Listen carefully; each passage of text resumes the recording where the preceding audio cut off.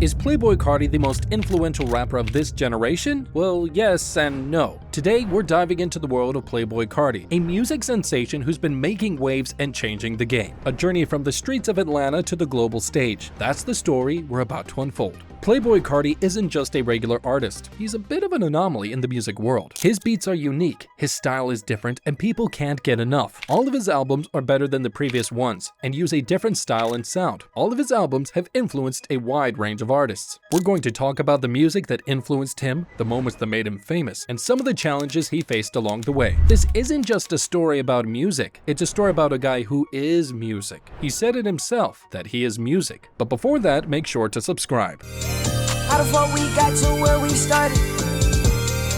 This love don't fly. Jordan Terrell Carter was born in Atlanta, Georgia on September 13, 1996, and grew up in the nearby suburb, Riverdale. He was a rebel at a young age, and this type of lifestyle influenced Carter to get into trouble as a youth and sway away from the idea of pursuing a higher level of education after high school. He attended North Springs Charter High School in Sandy Springs. Before rap, Carter wanted to become an NBA star to try to get out of the hood. I used to be a hoop star, I had hoop dreams. I was young AI, didn't go to practice. That was the time when I was really ducking, scoring. It was really hoop life with no rap. I was really on the court balling, really balling, been balling. I was just doing other shit. I used to smoke before I go to practice, get on the court. Drop 30 on niggas crazy. Had the city going wild. AI was my favorite player. Michael Jordan, Tracy McGrady, Vince Carter, the hood classics, man. I'm really off basketball now. It's quiet for basketball. He stopped playing basketball after a disagreement with his coach, and then he dedicated his time to music. Carter skipped high school classes regularly to work on his music or to go to his job at H&M, which led to Carter barely graduating high school. He was so close to not graduating that no one showed up to his graduation because they didn't know it was actually going to take place. Carter developed a unique fashion sense from an early age, shopping in thrift stores. He told Vogue that he was teased for being an early adopter of new styles, such as colored skinny jeans. Carter started rapping at a very early age in the year 2011. He used the name Sir Cartier when he started. He used to freestyle a lot at start, and people around him hyped him up by throwing dollar bills at him. You can still listen to some of these songs like Young Misfit. Couple of years later, he changed his stage name to Playboi Carti. He met his producer Ethereal in 2014, and Ethereal introduced him to the owner of Awful Records. Father, the owner of Awful Records, signed Carti after he heard Carti's song Young Zong Ho. Carti and Ethereal were a godly duo and very ahead of the times. Carti had another producer named Mexico Dro. His songs Money Counter, Plug, and By Myself. He slowly started to gain attention on SoundCloud. Carti then moved to New York in 2015 to pursue music full-time. In New York, Carti lived with his drug dealer, and there he met up with A$AP Barry, who took Carti to meet with A$AP Rocky. Carti was starting to make a lot of new and influential friends due to his unique music and very refreshing fashion sense. Carti got especially close to Ian Connor, who was a big social media influencer, and Ian wanted to manage Carti. Later, Carti left his label, Awful Records, and Ian then took Carti to meet up with A$AP Rocky again, and this time Rocky told Carti that he liked Carti's music and fashion. They got close due to their common interests. Carti dropped a single in early 2015, which got him a lot of attention due to how good and unique it was. Broke Boy got millions of views on SoundCloud and even got him on websites like Complex. Carti then dropped another single that same year, titled Fetty, featuring Dash and Maxo Cream. Carti then signed a deal with Interscope Records. In 2016, he was featured on A$AP Mob's single Telephone Calls. He also signed to A$AP Mob's AWGE imprint in 2016. Carti also collabed with big underground artists like Uno the Activist and Thuxin Ban Fawny. He was very mysterious at this time. He didn't drop any tapes, but did appear in public with very big names in the hip-hop scene. However, everything changed in 2017 when he dropped his mixtape. Some songs from the album like Magnolia peaked at 29 on the Billboard, and Woke Up Like This peaked at 76 on the Billboard. He was also invited to the 2017 XXL Freshman list. His self-titled mixtape hit 12 on the Billboards, and he even opened for Gucci Mane on the national tour. This album was made possible due to a small producer from Atlanta. He's very big now, called Pierre Bourne. Carti redid his whole album after he met Pierre because of how good his beats were. Pierre also got a lot of recognition due to the success of his album. His hit song Magnolia made it mainstream as it went 2 times platinum. He also announced a collab with Uzi titled 1629, which created a lot of hype. Unfortunately, multiple songs got leaked and the tape never got released. Carti didn't drop any music after this for a long period of time. His fans were waiting, but Carti was cooking something crazy. He dropped Die Lit, his first studio album in 2018. Die Lit was much better self-titled for most people. Carti improved his sound and made the album catchy. However, he knew that he cannot make another album with this sound, as SoundCloud rappers kept falling off because they never evolved. Carti knew he had to give his fans something new and revolutionary. Carti's next album, Whole Lotta Red, was released 2.5 years later. However, what happened during this time is what made his fan base much bigger.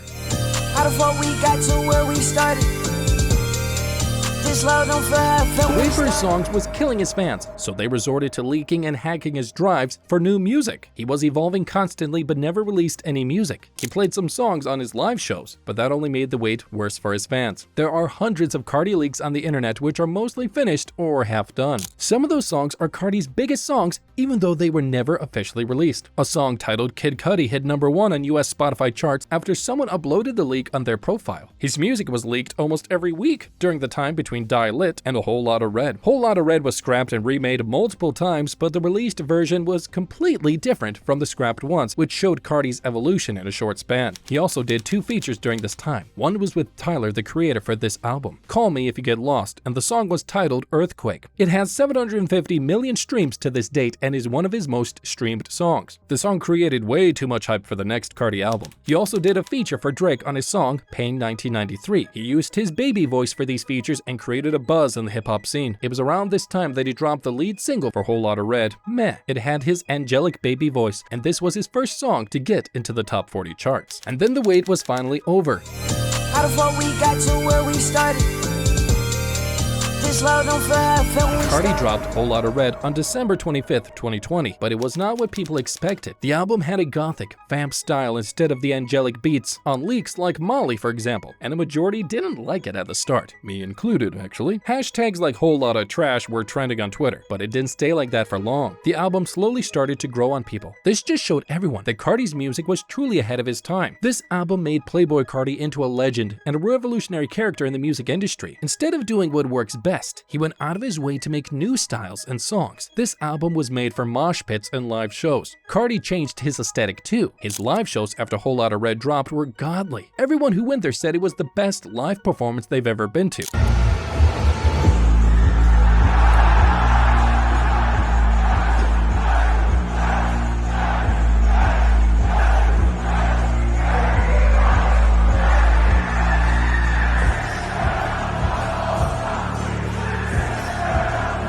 The energy Carti brings in is unbelievable. How the fuck we got to where we started? After this, Carti went back to his cave and didn't drop anything for almost 3 years. He only did 3 singles, gave no news, and lied a lot of times. Fans were frustrated with lies, like the whole Narcissist album. But once again, Carti came back with a new, evolved sound, which made his fans really happy. The first appearance of his new deep voice was on Travis Scott's long-anticipated album, Utopia. The track Fane featured Carti and his deep voice. The internet went crazy when this dropped, as very few people could recognize that this was Carti.